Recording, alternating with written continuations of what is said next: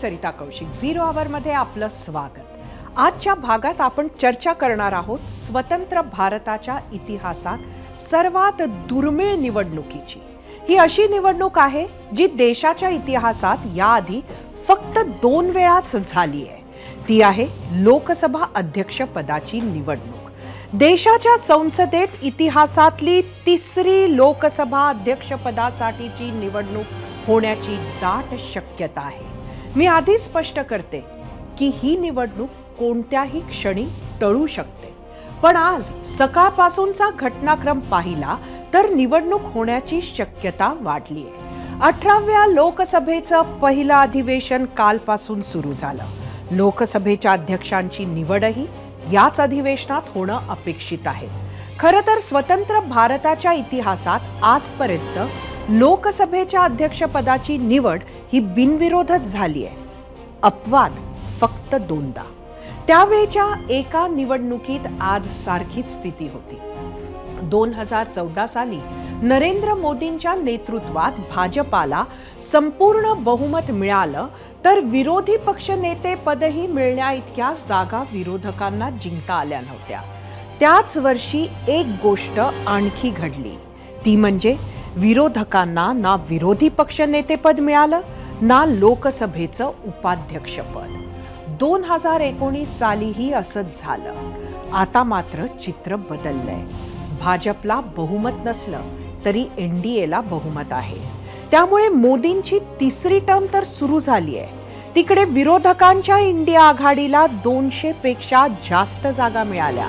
काँग्रेसनंही 100 पार केली.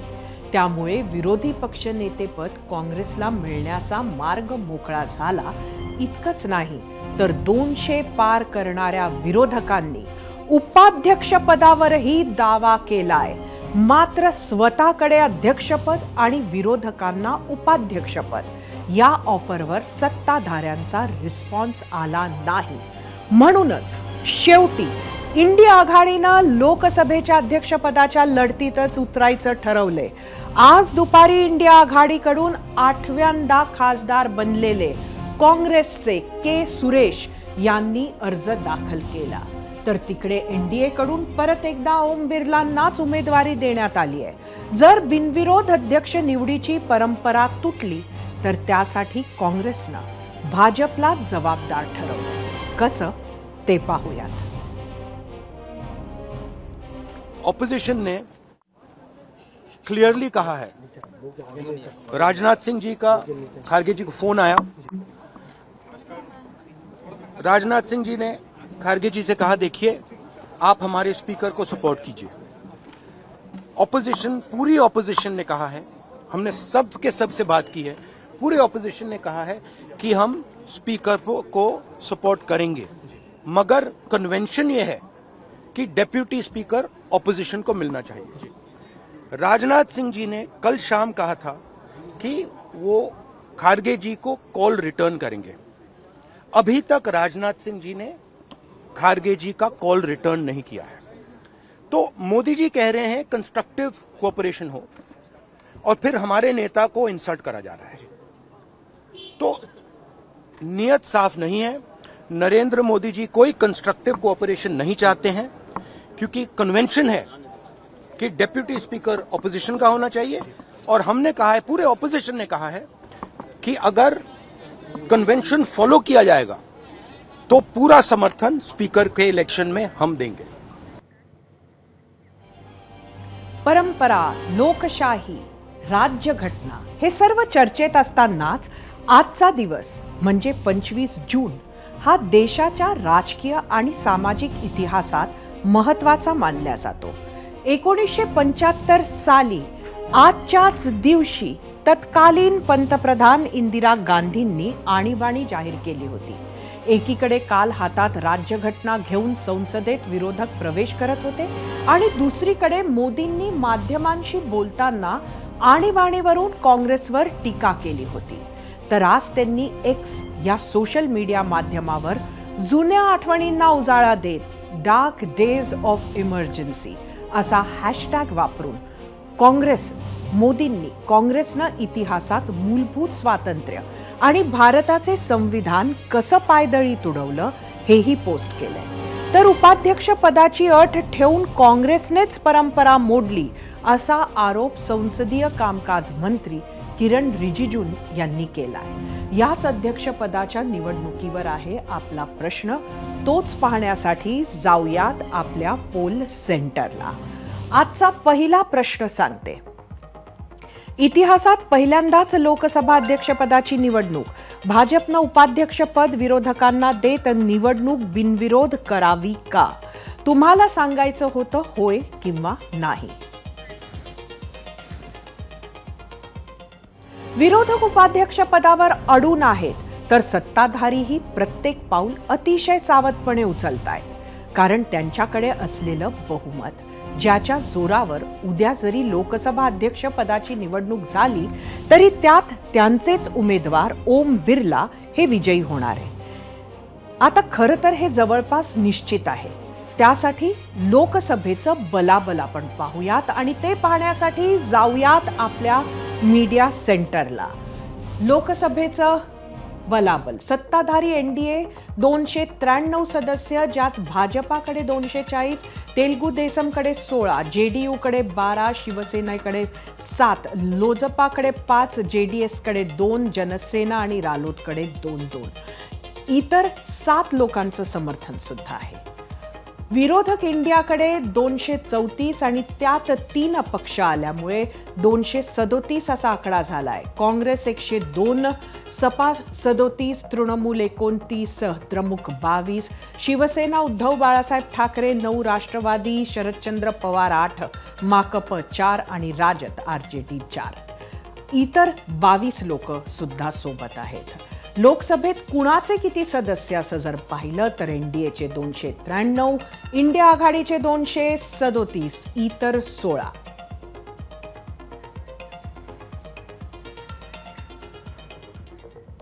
त्यामुळे लोकसभा अध्यक्ष पदाच्या निवडणुकीत विरोधकांकडे बहुमतासाठी आणखी 35 जागांची गरज आहे, तर दुसरीकडे संपूर्ण बहुमत असलेल्या एनडीएकडे बहुमतापेक्षा 21 जास्त जागा आहेत।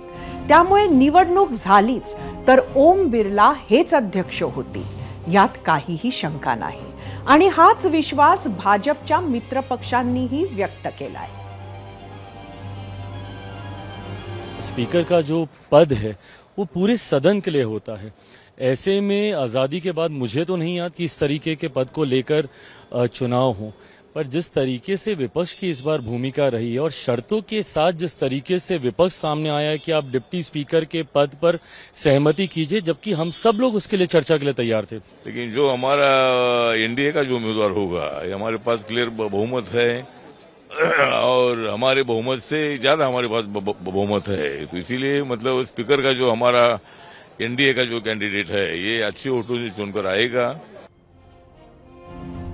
आम्हाला लोकसभा अध्यक्षपद निवडणूक होऊ द्यायची नव्हती, पण एनडीएनं उपाध्यक्ष पदाबाबत आडमुठी भूमिका घेतल्यामुळेच आम्ही ही निवडणूक लढत असल्याची प्रतिक्रिया लोकसभा अध्यक्षपदासाठी निवडणुकीच्या रिंगणात उतरलेले इंडियाचे उमेदवार के सुरेश यांनी दिली आहे। They approached to our leadership. At that time, we also told the India leadership, speaker post we will support you, but at the same time, deputy speaker is right for opposition. You have to give a deputy speaker. Then Rajnath Singh, who was initiated to talk to our ruling party, he said, okay, I will talk to leaders and come back. But he never come back to. But convention is not following this government. Even pro-tem speaker also, they are not followed the convention. Lok Sabha अध्यक्ष या महत्त्वाच्या घटनात्मक पदासाठी विरोधकांनी संधी दिलेले के सुरेश नेमके कोण आहेत ते पाहण्यासाठी जाऊया आपल्या मीडिया सेंटरवर। के सुरेश लोकसभेतील ज्येष्ठ खासदारांपैकी एक आहेत। खासदार म्हणून 8 वेळा ते संसदेत आलेत। काँग्रेसमधील दलित चेहरा म्हणून त्यांची ओळख आहे। मावेलीकर्रा आणि अदूर मतदारसंघातून प्रत्येकी 4 वेळा ते खासदार राहिले. 2009 मध्ये मनमोहन सिंग सरकारमध्ये केंद्रीय श्रम आणि रोजगार राज्यमंत्री ते राहिले.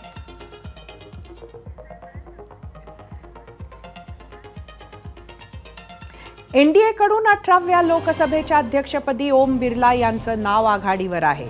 ओम बिर्ला नेमके कोण आहेत त्यावर नजर टाकण्यासाठी परत एकदा जाऊया आपल्या मीडिया सेंटरला. ओम बिर्ला 17व्या लोकसभेचे ते अध्यक्ष राहिलेत. कोटा लोकसभा मतदारसंघातून ते खासदार आहेत. वकील आणि सामाजिक कार्यकर्ता म्हणून त्यांची ओळख आहे. भाजपच्या युवा शाखेतून त्यांनी राजकारणाची सुरुवात केली.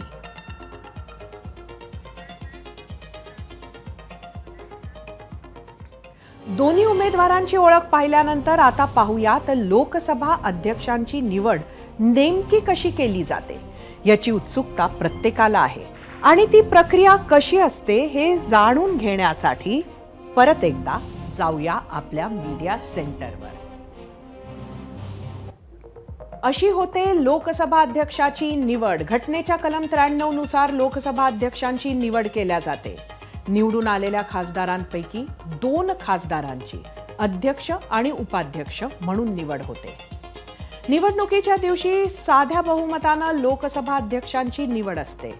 लोकसभेत हजर खासदारांपैकी निम्म्यापेक्षा अधिक जणांनी मत दिलेला उमेदवार अध्यक्ष होतो.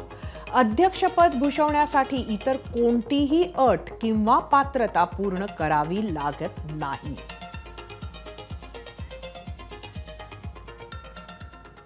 एनडीएकडे बहुमत आहे, त्यामुळे ओम बिर्ला लोकसभेचे अध्यक्ष होणं औपचारिकता असेल. पण जर उद्या ओम बिर्ला विरुद्ध के सुरेश अशी लढत झालीच तर लोकसभा अध्यक्ष निवडीसाठी मतदान होण्याची ही 3री वेळ असेल. स्वतंत्र भारताच्या इतिहासात या आधी 2 वेळा अशा निवडणुका झाल्या. या दोन्ही निवडणुकीत महाराष्ट्राचा काही ना काही संबंध होता हे विशेष. दादासाहेब मावळणकरांनी शंकर शांताराम मोरे यांना पराभूत केलं होतं. तुम्हाला माहिती आहे का, मोरे यांनी सुद्धा आपलं मत मावळणकरांना दिलं होतं. एका उमेदवारानं आपल्या विरोधी उमेदवाराला मत देणं हीच संसदीय परंपरा असायला हवी. त्यामुळे मी तुम्हाला मत देत आहे असं मोरे म्हणाले होते. त्या 2 निवडणुकांचे आणखी काही हायलाइट्स मीडिया सेंटरवर पाहूयात ग्राफिक्सच्या माध्यमातून. ही पहिली जी निवडणूक झाली होती अध्यक्षपदासाठी ती 1952 साली. दादासाहेब मावळणकर विरुद्ध शंकर शांताराम मोरे अशी ती लढत होती. मावळणकर स्वातंत्र्य चळवळीतलं एक मोठं नाव होतं. शंकरराव मोरे शेतकरी कामगार पक्षाचे खासदार होते. पंडित नेहरूंनी मावळणकर तर माकपच्या A.K. गोपालन यांनी सुचवलं होतं मोरे यांचं नाव. मावळणकर यांना 394 मतं पडली तेव्हा मोरेंना फक्त 55 मतं मिळाली होती. दादासाहेब मावळणकर पहिले लोकसभा अध्यक्ष बनले. लोकसभेचे जनक असा नेहरूंकडून त्यांचा गौरव करण्यात आला होता.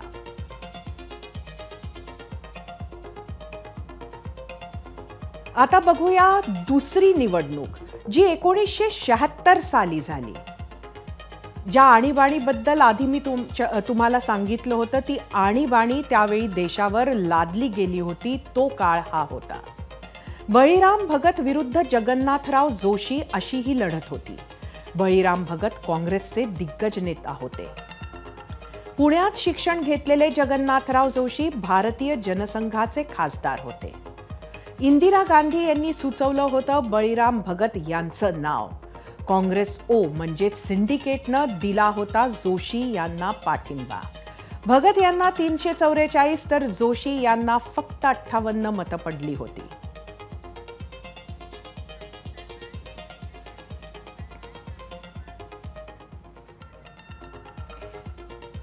याच निवडणुकांच्या यादीत आता उद्याची ही निवडणूक जोडली जाऊ शकते.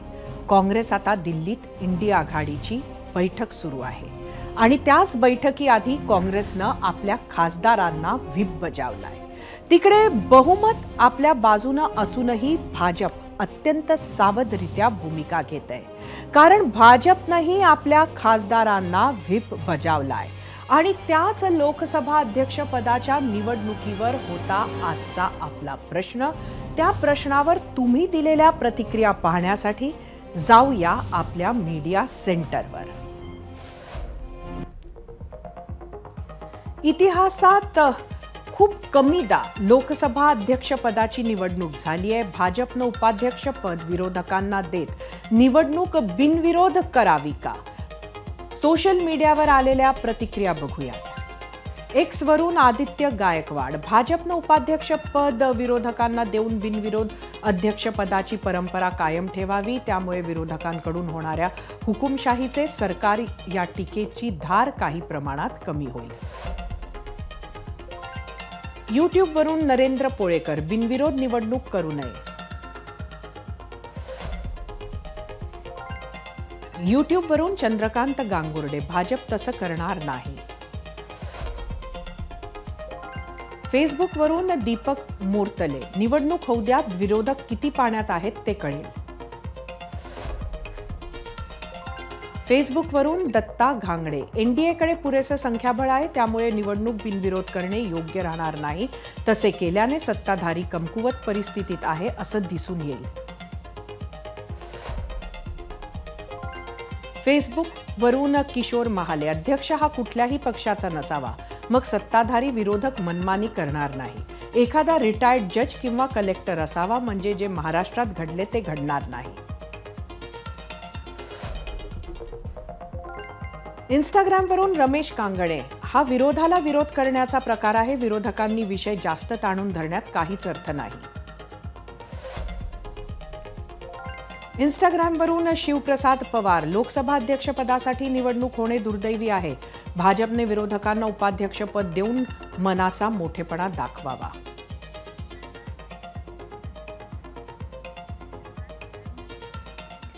प्रश्नामध्ये इतिहासात पहिल्यांदा असा उल्लेख होता, मात्र तसं नाहीये, कारण याआधी 2 वेळा अध्यक्षपदाच्या निवडणुका झाल्या होत्या. लोकसभा अध्यक्षांवरून सुरू असलेला संघर्ष बहुतेक उद्या निवडणुकीनंतरच संपेल. पण याच परिस्थितीवर आपण चर्चा करण्यासाठी आपल्या गेस्ट सेंटरला जाऊया, जिथे दिल्लीतून आपल्या सोबत आहेत राष्ट्रवादी काँग्रेसचे प्रदेशाध्यक्ष आणि रायगडचे खासदार सुनील तटकरे. त्यांच्याशी चर्चा करूयात. सुनीलजी, 0 आवर मध्ये आपलं स्वागत आहे. गेल्या खेपेला आपण जेव्हा शपथ घेतली होती तेव्हा आपण विरोधी बाकांवर होता.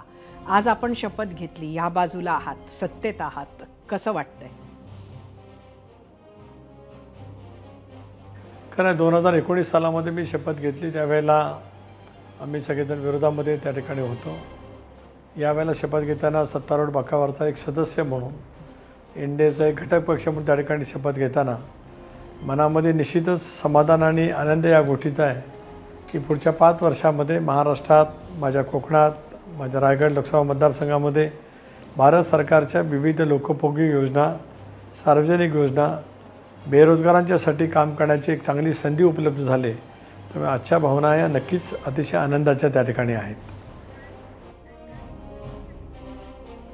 सुनीलजी, एकंदरीत जर बघितलं तर मतभेद आणि मनभेद या दोन्ही गोष्टी इतक्या शिगेला पोचलेल्या आहेत असं वाटतंय की आता निवडणूक घ्यावी लागते, परंपरा मोडल्या जाते असं म्हणतायत. आपण कसं बघता याकडे?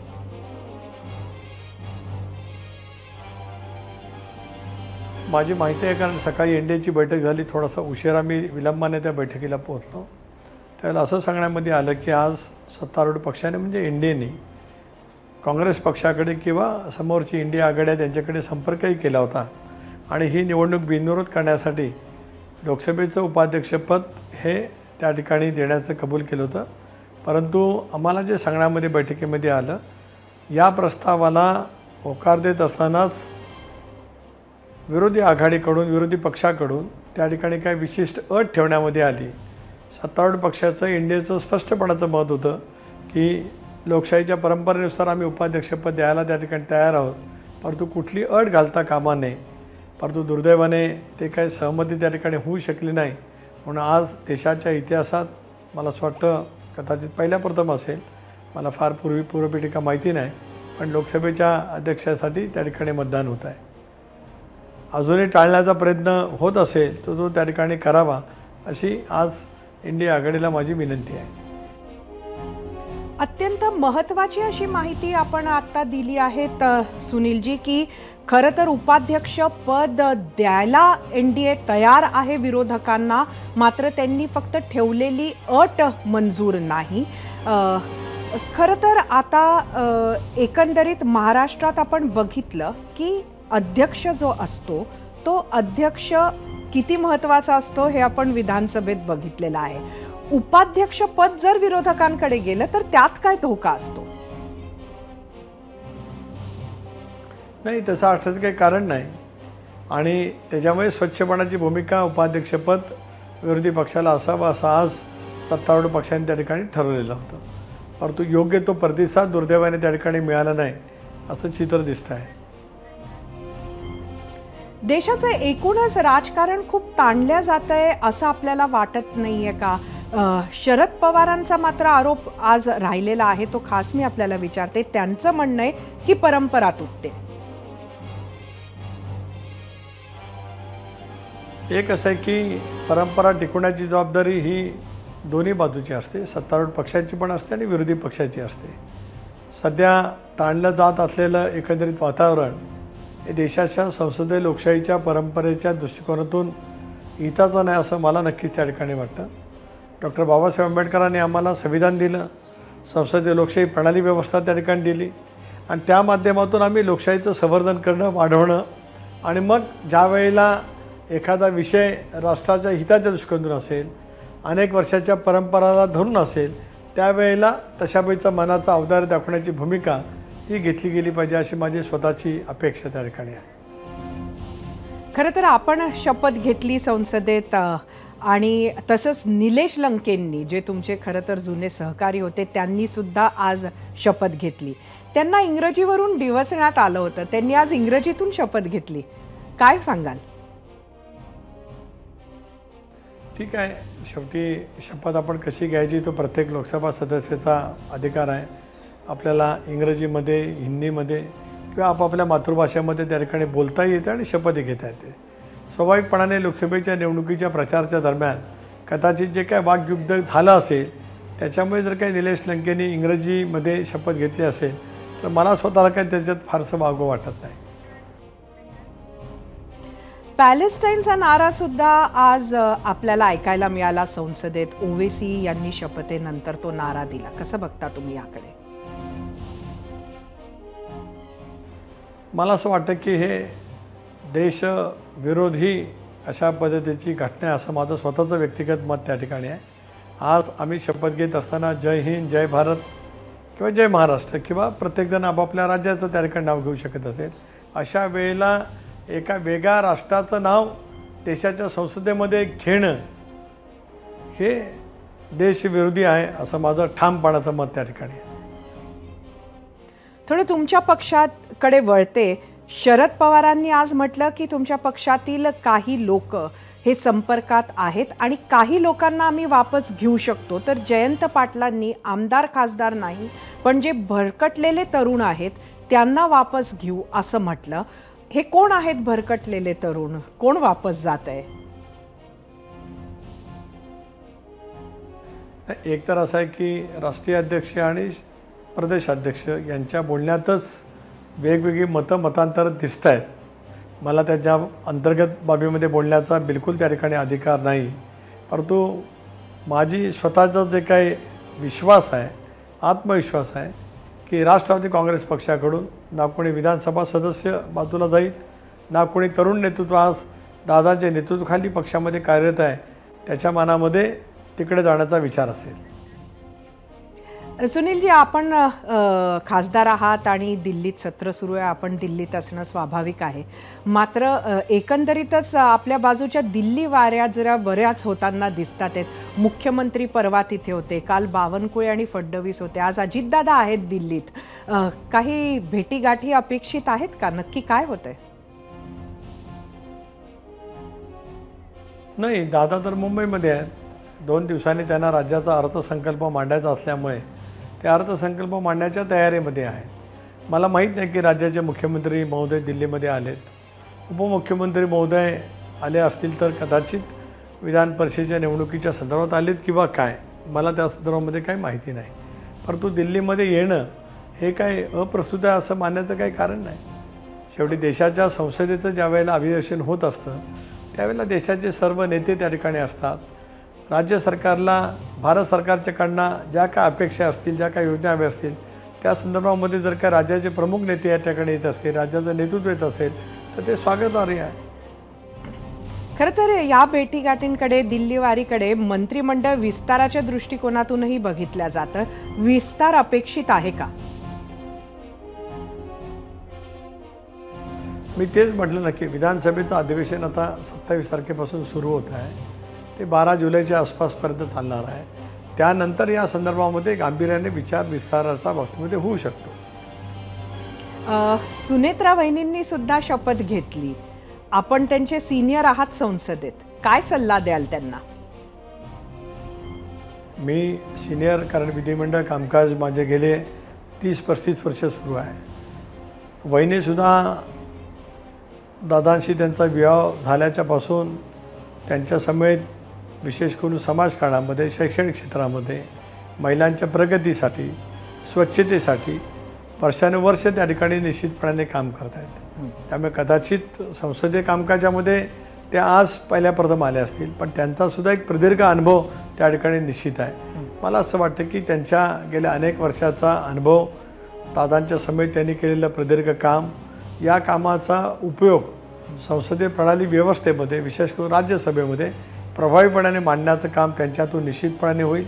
आणि त्याचबरोबर ती आम्हाला अभिप्रेत असलेलं काम जे केंद्राकडून आपल्या महाराष्ट्रामध्ये हवं आहे, वहिनींना पुणे जिल्ह्यामध्ये जे काय अपेक्षित असेल ते करण्याच्या संदर्भामध्ये आम्हाला सामुदायिकरित्या निश्चित प्रयत्न करता येतील. त्यांची स्वतःची अशी एक प्रतिमा आहे आणि ती प्रतिमा आज राज्यसभेचे खासदार म्हणून प्रभावीपणाने त्यांच्याकडनं बजावली जाईल असा विश्वासही मला आहे आणि माझ्या त्यांना मनापासूनच्या हार्दिक शुभेच्छा आहेत. सुनील तटकरेजी, आपले खूप खूप धन्यवाद. आपण आलात आणि एबीपी माझाच्या 0 आवरमध्ये आमच्या सर्व प्रश्नांची उत्तरं आपण दिलीत. संसदेच्या ज्या चांगल्या प्रथा परंपरा आहेत त्या पुढे चालू राहायला कोणाचीही हरकत नसेल. प्रथा परंपरांच्या आडून कोणी राजकारण करत असेल तर ते सुद्धा चूकच म्हणावं लागेल. काँग्रेस शक्तिशाली असताना काही चुकीचे पायंडे पाडले गेले असतील तर तोच कित्ता भाजपनंही गिरवायला हवा असं काही नाही. जे चांगले ते घेणे, वाईट ते सोडून देणे आणि पुढे जात राहणे हेच सशक्त लोकशाहीचे लक्षण आहे. याची जाणीव आपले 543 खासदार आणि त्यांचे नेते ठेवतील ही अपेक्षा करूयात. सुरुवात करूयात अंतरवाली सराटीतून. मराठा विरुद्ध ओबीसी हा संघर्ष आणखी चिघळू शकतो, कारण मराठा आंदोलक मनोज जरांगेंनी पुन्हा एकदा एल्गार केलाय.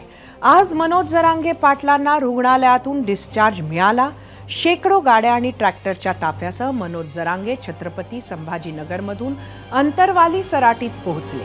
यावेळी मोठ्या संख्येनं उपस्थित महिलांनी त्यांचं औक्षण केलं.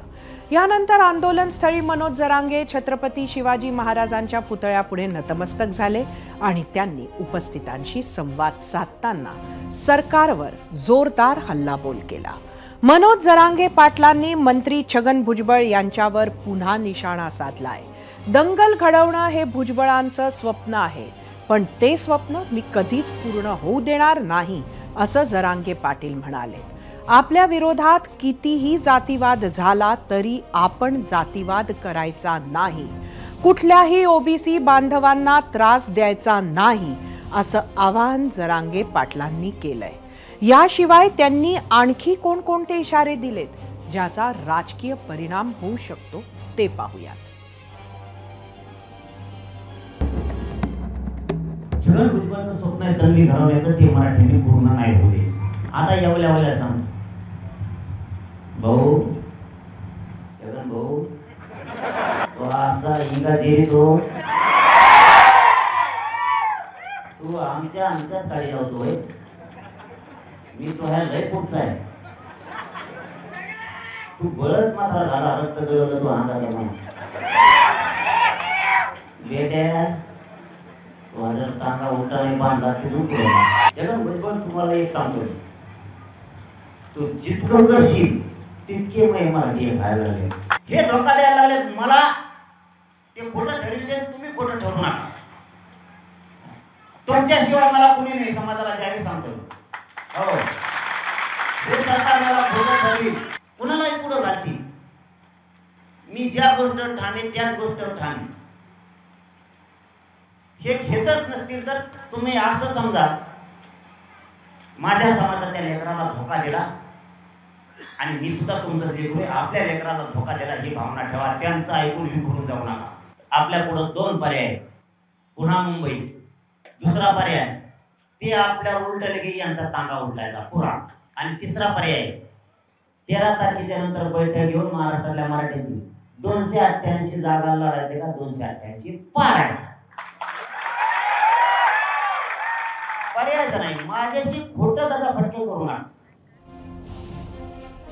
मनोज जरांगे सरकारवर आरोप करत असताना सध्या रुग्णालयात असलेले ओबीसी आंदोलक प्राध्यापक लक्ष्मण हाके यांनी जरांगेंच्या आंदोलनामागे खूप मोठं षडयंत्र असल्याची टीका केली आहे. ती पाहूयात. आणि त्यानंतर संध्याकाळी हाकेंनी पत्रकार परिषदही घेतली आणि तिथेही त्यांनी एक मोठी घोषणा केली. तीही पाहूयात. प्रत्येक आंदोलनात त्यांची मागणी वेगळी असते आणि ती इलॉजिकल, अतार्किक, जी गोष्ट कधीच होणार नाही अशा गोष्टींची ते मागणी करतायत. कोण सल्लागार आहे त्यांचं मला कळत नाही. आरक्षणाची मागणी करायची, लोकांना भावनिक करायचं, मिसगाईड करायचं, तरुणांना मिसगाईड करायचं, याच्या पाठीमागं खूप मोठं राजकीय षडयंत्र आहे. कारण लोकसभेला त्यांनी ते दाखवून दिलेलं आहे. ते कुणाच्या बाजूनं बोलतात, कुणाचा प्रचार करतात, कुणासाठी काम करतात, हे मी इथं सांगण्यापेक्षा जनतेला माहिती आहे, पूर्ण माहिती आहे इथल्या लोकांना. पुढच्या कालावधीमध्ये आता आमचा जरी 2-3 दिवसाचा दौरा असला तरी लवकरच एक 4-5 दिवस आमचे मध्ये गेले की आम्ही पुढचा दौरा एक महाराष्ट्र लेवलचा दौरा असला पाहिजे. आम्हाला नांदेडहून कॉल येत आहेत, आम्हाला खानदेशातून कॉल येत आहेत, आम्हाला विदर्भातून कॉल येत आहेत. त्यामुळे आम्ही हे नियोजन एक महाराष्ट्र, खरा महाराष्ट्र काय आहे आणि आजपर्यंतचा महाराष्ट्र काय आहे, या दोन्ही महाराष्ट्रामधला फरक आमच्या या दौऱ्याच्या निमित्तानं आणि या सर्व संवाद मेळाव्यातून, अभिवादन मेळाव्यातून आम्ही या महाराष्ट्राला दाखवून देऊ. राज्यातल्या आरक्षणाचा निकाल ज्या भवनात लागेल त्याच संसद भवनात पुन्हा एकदा जाऊयात. इथं आज महाराष्ट्राच्या संपूर्ण नवनिर्वाचित खासदारांनी सदस्यत्वाची शपथ घेतली. छत्रपती शाहू महाराज, छत्रपती उदयनराजे भोसलेंपासून अरविंद सावंत, सुप्रिया सुळे, प्रतिभा धानोरकर, श्रीकांत शिंदे, प्रणिती शिंदे अशा सर्वपक्षीय खासदारांनी सदस्यत्वाची शपथ घेतली. यापैकी 36 खासदारांनी मराठी भाषेत संसदेत शपथ घेतली तर 9 खासदारांनी हिंदी आणि 3 इंग्रजी भाषेत शपथ घेतली. याच इंग्रजीनं राज्यातल्या एका लोकसभेची निवडणूक चांगलीच गाजवली होती. इंग्रजी येत नाही म्हणून ज्या उमेदवाराला लोकसभा प्रचारात हिणवले गेले त्या निलेश लंकेंनी आज खासदारकीची शपथ इंग्रजीतून घेतली आणि शेवटी जय हिंद, जय महाराष्ट्र आणि रामकृष्ण हरी म्हणत उपस्थितांना नमस्कार केला. लंकेंनी साहेबांच्या भाषेत घेतलेली ही शपथ म्हणजे मतदारसंघातील विरोधक सुजय विखे पाटलांच्या टीकेला जशास तसं उत्तर असल्याची चर्चा जोरात आहे. पाहूयात. I, Nilesh Nyandev Lanke, having been elected a member of the House of the People, do swear in the name of God that I will bear true faith and allegiance to the Constitution of India as by law established, that I will uphold the sovereignty and integrity of India, and that I will faithfully discharge the duty upon which I am about to enter. जय हिंद, जय महाराष्ट्र, राम कृष्ण हरी.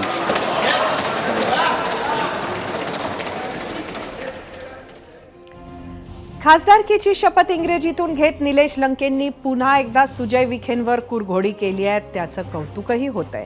त्यांच्याच राष्ट्रवादी काँग्रेस शरदचंद्र पवार पक्षाचे शिरूरचे खासदार doctor Amol कोल्हेंनी social मीडियावर अमिताभ बच्चनचा लोकप्रिय dialogue post करत you can talk English, walk English, English is a funny language असं लिहित लंकेंवर स्तुतीसुमनं उधळली.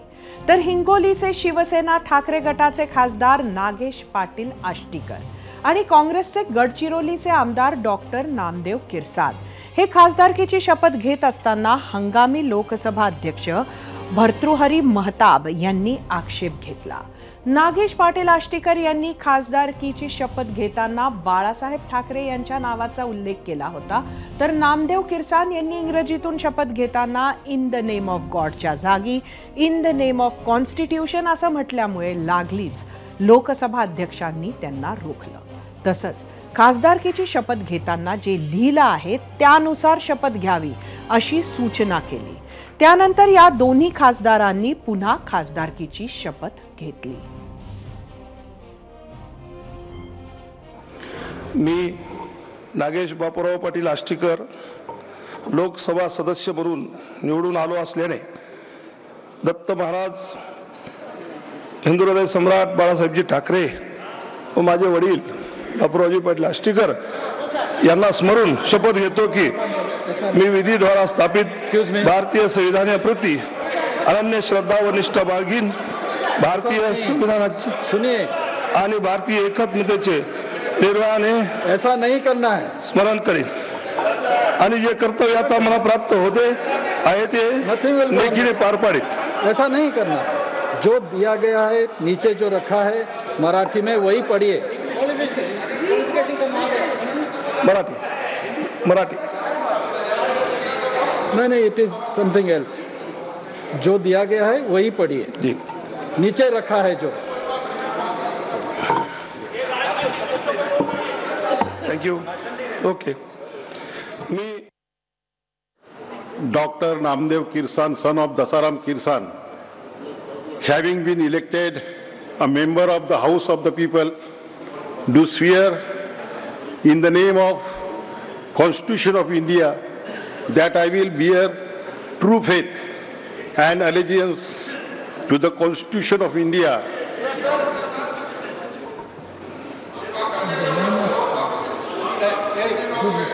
पढ़िए. जो लिखा है वही पढ़िए. Please read whatever is written. Okay. Oath और अफर्मेशन. येस. जिथे नवनिर्वाचित खासदारांनी शपथविधींवरून हंगामी अध्यक्षांना 2-3 वेळा सूचना कराव्या लागल्या, तिथं ओवेसींच्या शपथेला एक घोषणेवरून वाद रंगलाय. खरं तर जेव्हा जेव्हा MIMचे खासदार असदुद्दीन ओवेसी लोकसभेत शपथ घेत असताना काहीतरी वाद होतोच. यावेळीही ती परंपरा कायम राहिली. आज खासदारकीची शपथ घेतली. शपथेच्या शेवटी जय भीम जय मीम सोबतच जय पॅलेस्टाईनचा नारा दिला. त्यावर भाजपच्या खासदारांनी जोरदार आक्षेप घेतला. त्यानंतर पीठासीन अध्यक्ष राधामोहन सिंग यांनी संसदेच्या कामकाजातून ते शब्द हटवणार असल्याचं जाहीर केलं. ओवेसी भारतात राहतात, मात्र भारत माता की जय म्हणत नाहीत. त्यांनी आज केलेल्या घोषणा संसदेच्या नियमाविरोधात असल्याची टीका केंद्रीय मंत्री जी किशन रेड्डी यांनी केली आहे. ओवेसी यांनी मात्र आपण दिलेला नारा चुकीचा नसल्याचं सांगत महात्मा गांधींनी पॅलेस्टाईनबद्दल काय लिहिलं आहे ते वाचण्याचा विरोधकांना सल्ला दिला. मैं भारत के इक़्तिदार आला और सालिमियत को बरकरार रखूंगा और जिस ओहदे को मैं संभालने वाला हूं इसके फ़राइज़ और वफादारी से अंजाम दूंगा. जय भीम, जय मीम, जय तेलंगाना, जय फ़लस्तीन, तकबीर, अल्लाहु अकबर.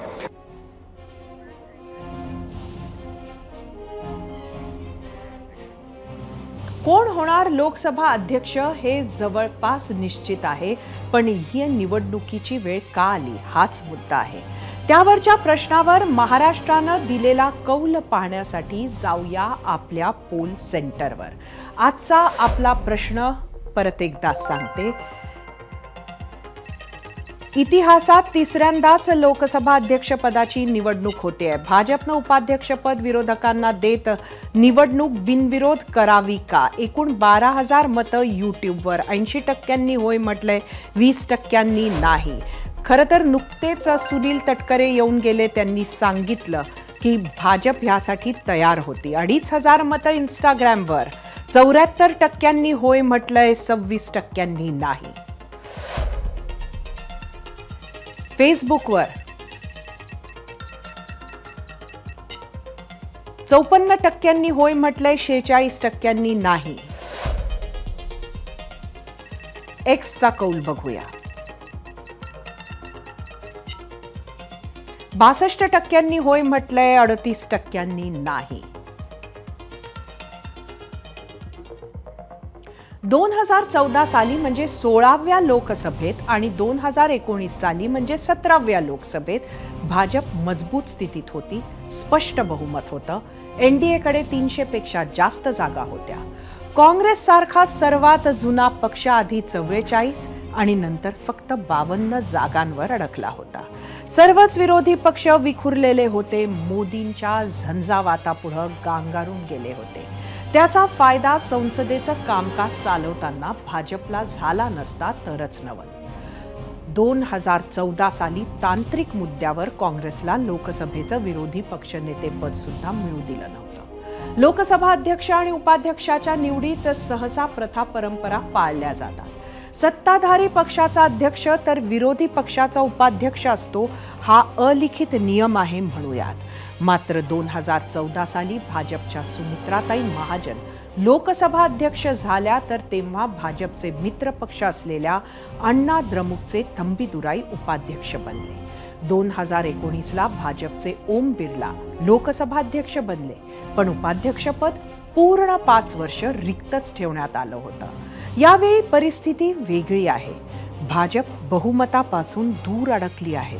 काँग्रेस 100वर पोहोचली आहे आणि सर्व विरोधी पक्ष इंडिया आघाडीच्या रूपानं मजबूत उभा आहेत. त्यामुळे लोकसभा उपाध्यक्ष निवडीवरून मोदी सरकारला संसदेत पहिला विरोध पाहायला मिळत आहे. भाजपचे ओम बिर्ला लोकसभा अध्यक्ष होणार हे नक्की आहे, पण आजचा इंडिया आघाडीचा रेझिस्टन्स ही एक झलक आहे.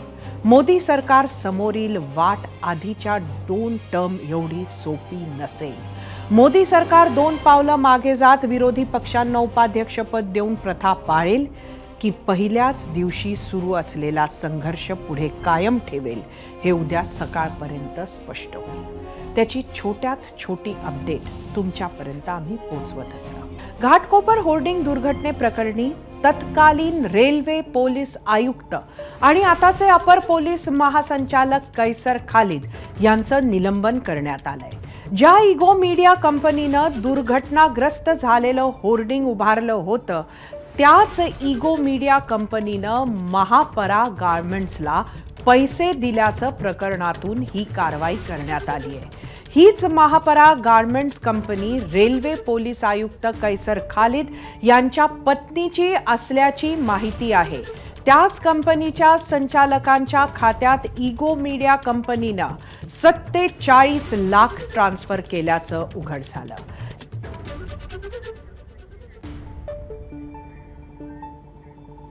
या बातमीसोबत 0 आवरमध्ये आज इथेच थांबूयात. उद्या संध्याकाळी 7:56 पुन्हा भेटूयात. पाहत राहा.